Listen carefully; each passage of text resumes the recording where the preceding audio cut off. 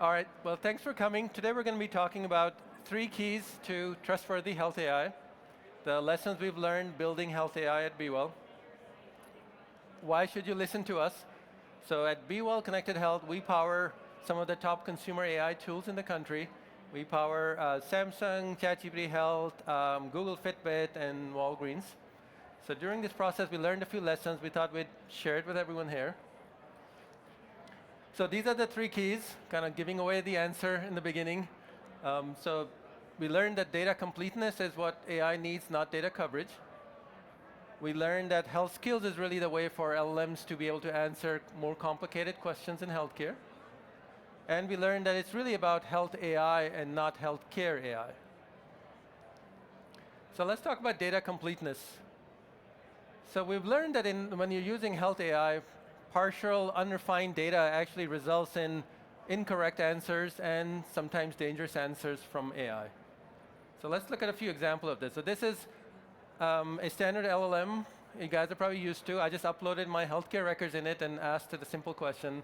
Let's see what happens.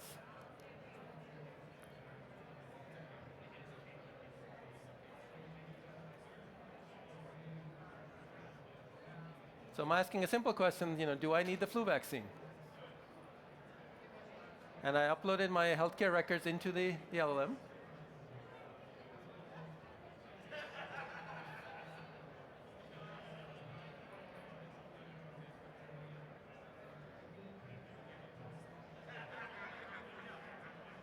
So as you can see, it says yes. It says that I do need a flu vaccine. But if you look at my health record here, this is my real health record, you can actually see that I already had a flu vaccine. But it was in the Walgreens record, not in my EMR record.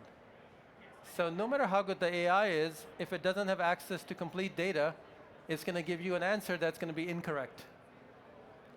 Now in this case, this is sort of probably a safe, incorrect answer. Let's look at a more interesting example. So this is a health record that is sort of compiled from different places. So when you see IAS, that is coming from TEFCA. And then when you see PRA, that's coming from direct connections to the EMRs. If you notice the third line, it says that this patient actually has a history of Crohn's disease. However, if you're an LLM or AI that's connected only to TEFCA, and this person goes into the AI and it says, I have a headache, guess what the response will be? Take an Advil. For someone who has Crohn's disease, that is a very serious issue to take Advil.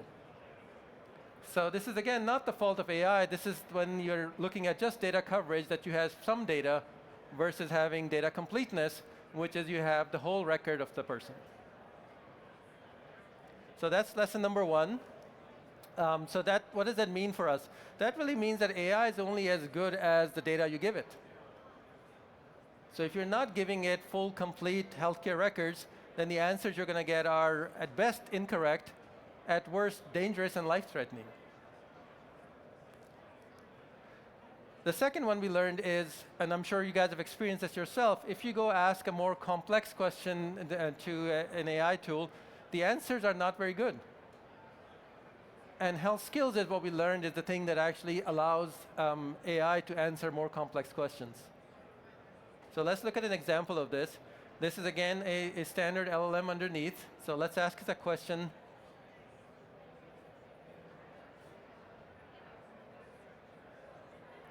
A very common question, what preventive screenings do I need? So let's see what the answer comes back with just a standard LLM.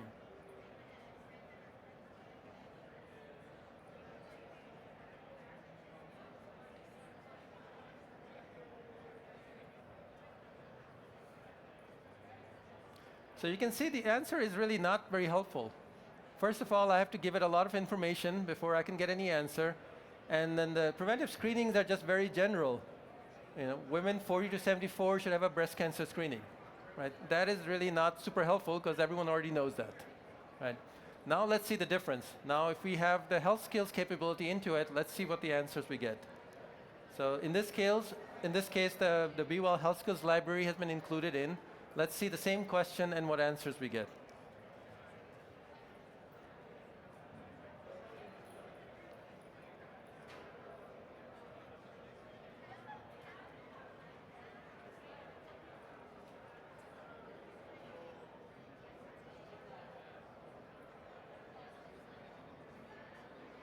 So you can see it actually accessed all your health records, was able to know how old you are, what your gender is, what your conditions are.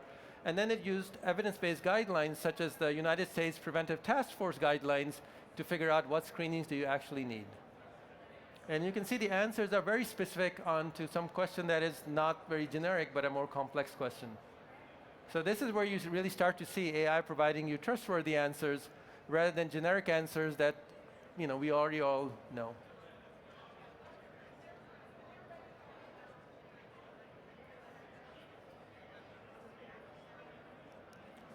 So what is really the difference? What is the difference between using health skills and not using health skills with AI? Well, there's three types of knowledge that is really needed to answer questions about health.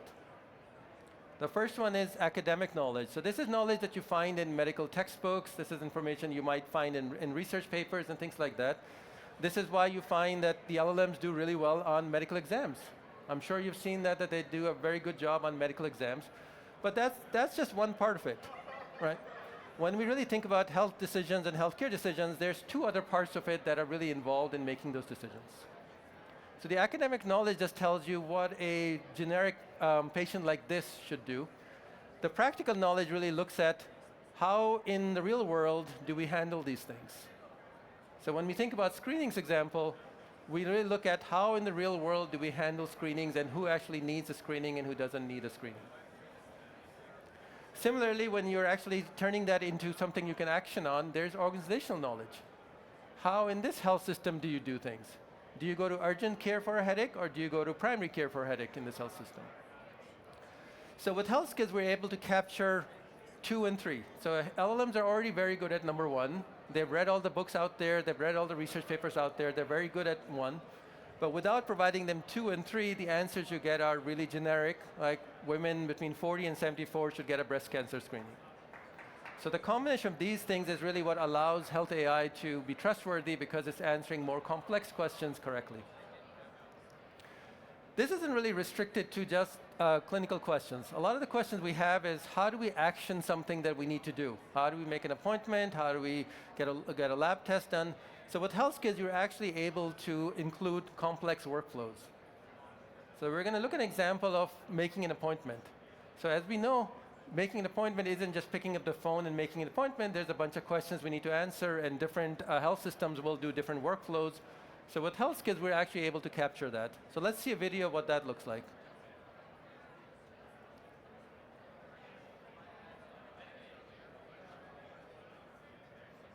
So we start off with the common question, I need an appointment. So because this has coded the workflows of that health system, it will actually ask you the right questions, and then based on the answers, will redirect you to the different workflows in the health system that you need to go through.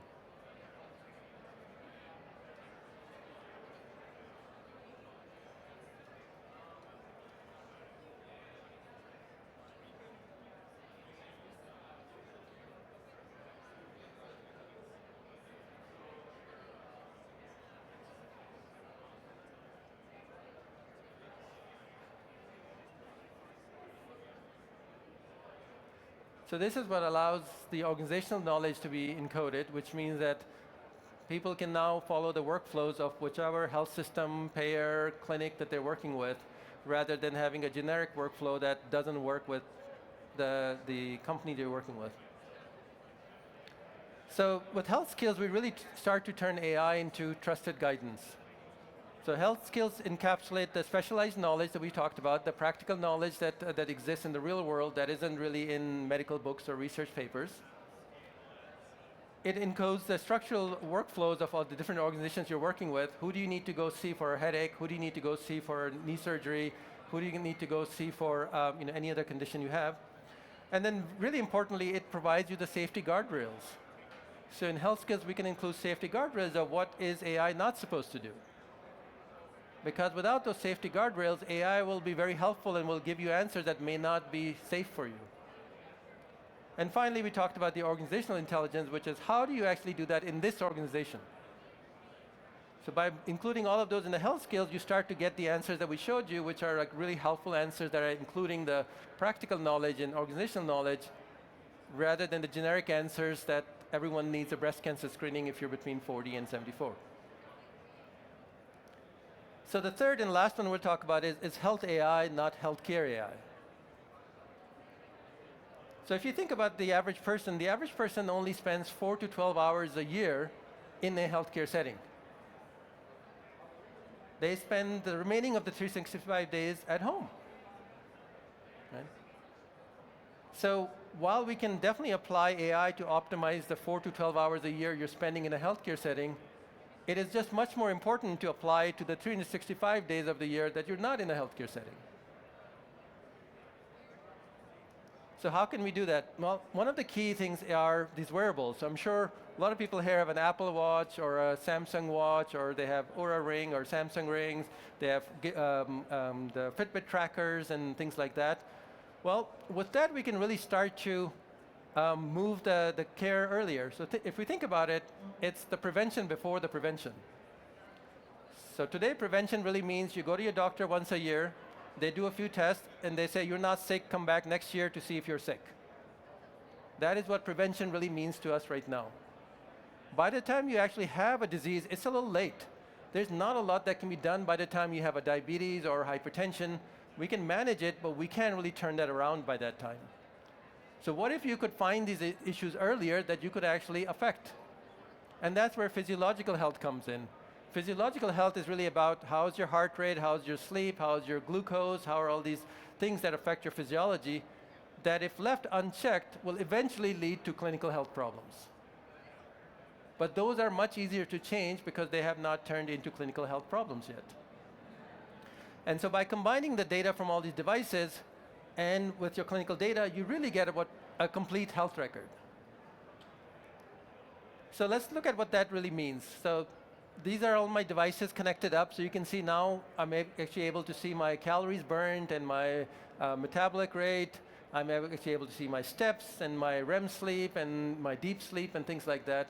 Once you combine that with your clinical record that you have in your clinic office and your EMRs, now you get a true picture of someone's health. And let's see what that does. So if I play this video here.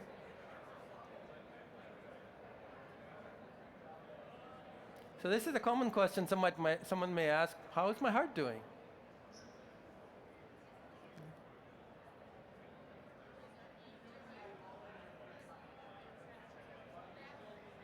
So in this case, you can see it's pulling in all my data from my EMRs to check my health summary. Then it's getting the data from all my Apple Watch and Samsung Watch together. And now it's able to analyze all that and be able to tell me how my heart is doing. So in this case, you'll see it brought in the heart rate data. It's also brought in all my lab tests to understand how my cholesterol is doing. It's also brought in my diagnoses that I have to really create a true picture of me, which includes the data that I have in the EMRs, includes the data I have in labs, and includes the data I have monitoring me every 5 minutes of every day. And we can then turn this into action, because small habits done over long periods of time is what really creates good health. The reality is most people don't know what those things that they need to do. So by being able to take all this data, we can start to analyze it through AI that can really start to create insights that we all can follow that can improve our personalized health.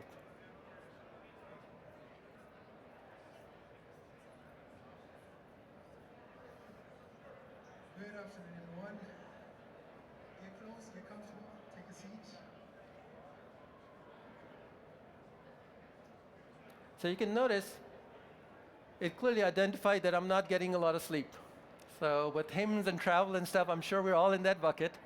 And it identified the plan for me, looking at my sleep, it's looking at my steps, it's looking at my calories burned, it's looking at my heart rate, and identified a clear plan for me to follow. And so this is what we mean by you can start to optimize physiological health much earlier than this would turn into clinical health. And in Health AI, if you can combine the data from all these devices with your clinical data, with your lab data, it really starts to improve your physiological health, which will end up in improved clinical health. So I'll end up with this Yoda saying that I kind of paraphrased. So I think we've been talking about Health AI for over 2-3 years now. I think it's time now where we have to really say, do or do not. There is no imagine. So if you guys go to talks and they're talking about imagine the future with healthcare AI, I think you can raise your hand and say, I think we're more than 2 years into this. I think it's time for us to see things, not imagine things. So these are the three key learnings that we talked about that really are about us doing things with AI in healthcare and learning rather than imagining a future that may not actually ever pan out. So the three skills, just to wrap up, are one is looking at data completeness, not coverage, because if you don't have complete data about a person, AI won't do a good job. It will give you incorrect answers, and in many cases will give you dangerous answers that might put your health at risk. The second thing is, by itself, AI is a very general tool. It's like finding someone on the street and asking them a question about healthcare. They're not going to give you a good answer. By providing skills, you can really start to encode all the evidence-based guidelines that we have in the real world, all the ways that we actually look at healthcare in the real world, and have the AI be smart enough to use that to give you answers. And third is really moving into health AI, which is combining all this wearables data with your clinical data, with your lab data, to actually look at you as a real full person and then be able to give you the guidance.